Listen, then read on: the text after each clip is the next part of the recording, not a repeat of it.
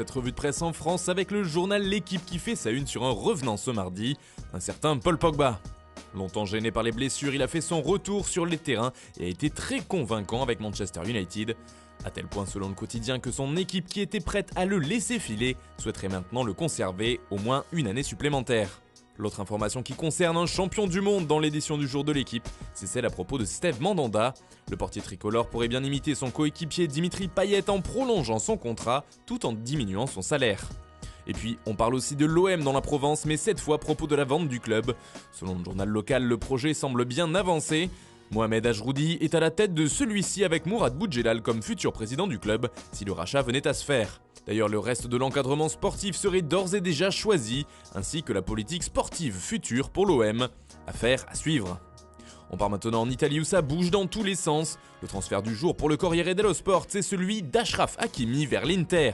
L'international marocain est à Milan pour passer sa visite médicale et si elle est réussie, le club lombard devra payer environ 40 millions d'euros au Real Madrid. Pour la Gazzetta dello Sport, l'info qui ressort est celle des prolongations des deux Gianluigi.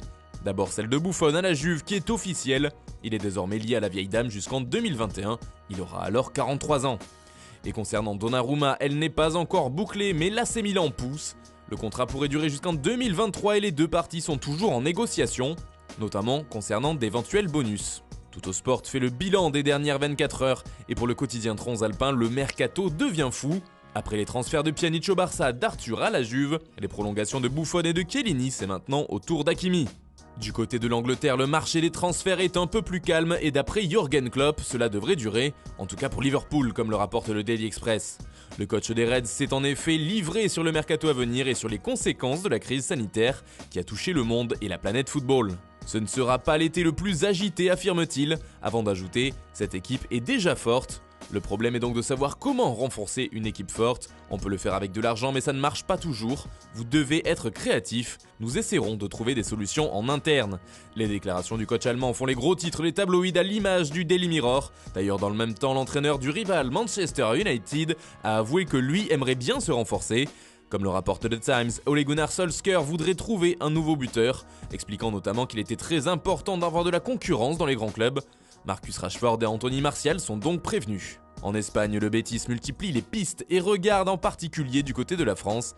Après avoir acheté Nabil Fekir et son frère à l'OL, le club andalou continue donc de faire ses courses en Ligue 1, comme l'affirme Estadio Deportivo. Deux joueurs en particulier seraient visés.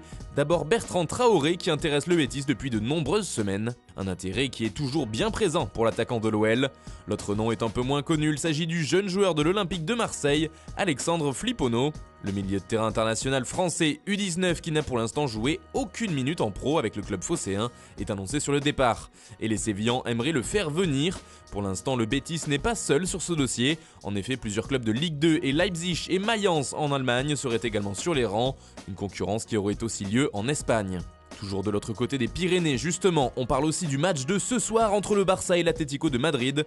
Un match au sommet qui pourrait bien décider du sort de la Liga, dans un moment où le club catalan est au plus mal. Le journal Sport parle ainsi d'une tension maximale, alors que le coach Quique Sétienne semble de plus en plus en difficulté.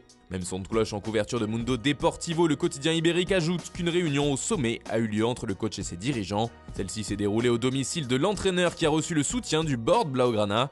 Malgré les rumeurs insistantes faisant état d'un départ, aucun ultimatum ne lui a été posé.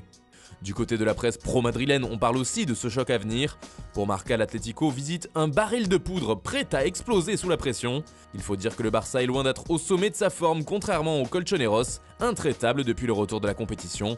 Et d'après AS, ce seront eux les juges de la Liga. D'ailleurs, sur son site internet, le média espagnol fait état d'une autre information concernant l'Atlético, mais côté mercato cette fois. Le club madrilène aurait changé d'avis concernant Edinson Cavani. Cet hiver, l'Atlético et le buteur du PSG semblaient prendre une direction commune. Et si rien n'avait été signé, le club espagnol figurait toujours comme favori pour le faire signer libre.